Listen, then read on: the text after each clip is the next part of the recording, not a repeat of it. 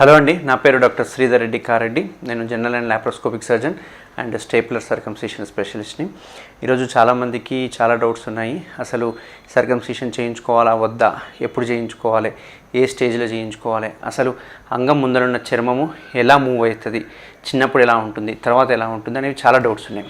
So ఈరోజు ఒకటిగా చెప్పడమే కాకుండా మీకు ఒక డయాగ్రామ్ వేసి చెప్పడం వల్ల మీకు చాలా ఈజీగా అర్థమవుతుంది. ఏ స్టేజ్లో మనము అలర్ట్ అవ్వాలి, ఏ స్టేజ్లో పేరెంట్స్ అలర్ట్ అవ్వాలి, ఏ స్టేజ్లో ఇండివిజువల్ అలర్ట్ కావాలి అనేది మీకు ఇవాళ చాలా వివరంగా చెప్తాను. అయితే మనకు మామూలుగా యూజువల్గా పుట్టిన పిల్లలతో చూసుకుంటే కనుక అప్ టు 5 years వరకు ఏదైతే ఉందో, ఇప్పుడు యూజువల్గా మనకు అంగం అనేది ఇలా ఉంటుంది.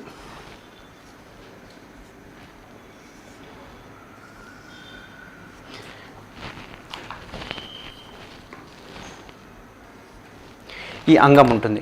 ఈ అంగంలో 2 పార్ట్స్ ఉంటాయి అన్నట్టు. ఈ పార్ట్ని మనము షాఫ్ట్ అంటామండి. షాఫ్ట్. ఈ పార్ట్ ఏదైతే ఉందో, ఈ ఉబ్బు ఉంటుందో ముందర హెడ్ అంటాం కదా, దాన్ని మనం గ్లాన్స్ అంటాం అన్నట్టు. ఓకే. అయితే ఈ అంగం ఎవరికైనా కానీ చిన్నప్పుడు పుట్టిన వెంటనే దీని మీద ఉన్న చర్మం అనేది చాలా ఇంపార్టెంట్ మనకి. దీన్ని మనం ఫోర్ స్కిన్ అంటుంటాము. ఈ ఫోర్ స్కిన్ ఏదైతే ఉందో, పైన వైపు ఉన్న ఫోర్ స్కిన్ అనేది ఈ విధంగా ఎక్కడ అతుకు లేకుండా ఇలా ముందరికి వచ్చేసేస్తుంది.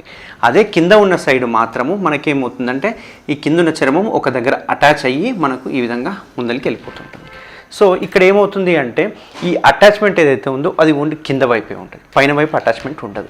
సో ఈ అటాచ్మెంట్ని మనము ఫ్రెన్యులం అంటామనండి. ఫ్రెన్యులం. ఓకేనా. అయితే చిన్నప్పుడు అంటే పుట్టిన వెంటనే ఏదైతే ఈ చర్మం ఉందో, ఈ చర్మము కొంచెం దీనికి అతుక్కొని ఉంటుంది. అంటే ఈ గ్లాన్స్కి ఏదైతే ఉందో చర్మం ఇక్కడ అతుక్కొని ఉంటుంది. సో చిన్నప్పుడు ఎవరికైనా కానీ మనం పుట్టిన వెంటనే ఈ అతుక్కొని ఉంటుంది. మనం అందుకే పేరెంట్స్కి మనం ఏం చెప్తాము అంటే, యూజువల్గా పేరెంట్స్కి ఎవరైతే ఉన్నారో పేరెంట్స్కి మనం ఎలా గైడెన్స్ ఇస్తాము అంటే, చిన్నప్పటి నుంచి మనం స్నానం చేయించేటప్పుడు ఖచ్చితంగా ఈ చర్మాన్ని వెనక్కని క్లీన్ చేయాలి అని చెప్తుంటాం. అలా క్లీన్ చేయకుండా అలాగే వదిలేయడము, జస్ట్ పైన రుద్దడము, వెనక్కి అనకపోవడము, ప్రాక్టీస్ చేయించకపోవడం వల్ల ఏమవుతుంది అంటే, ఈ చర్మం అనేది పర్మనెంట్గా అతుక్కొని పోతుంటుంది.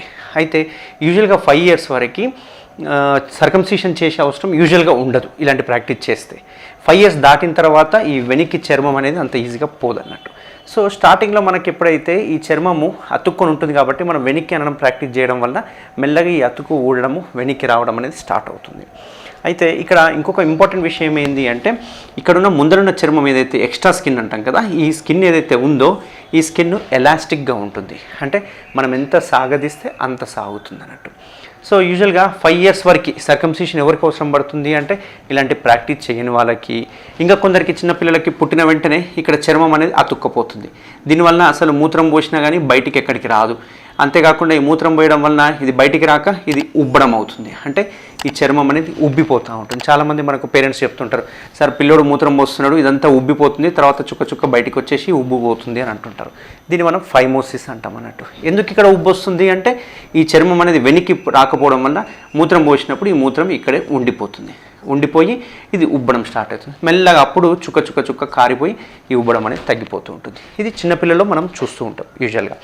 అయితే ఇట్లాంటి వాళ్ళకి మనం ఏం చేస్తామంటే, ఈ సుంతి ఆపరేషన్ అంటే ఈ చర్మం ఏదైతే ఉందో దాన్ని తీసేస్తుంటాం. మనం చేసే ఈ స్టేప్లర్ సర్కంసిషన్ ఏదైతే ఉందో ఎటువంటి ఏజ్ గ్రూప్లైనా చేయొచ్చు. అంటే అప్పుడే పుట్టిన పిల్లల నుంచి ఎనీ ఏజ్ గ్రూప్కి మనం ఈ సుంతి ఆపరేషన్ అనేది చేయొచ్చు.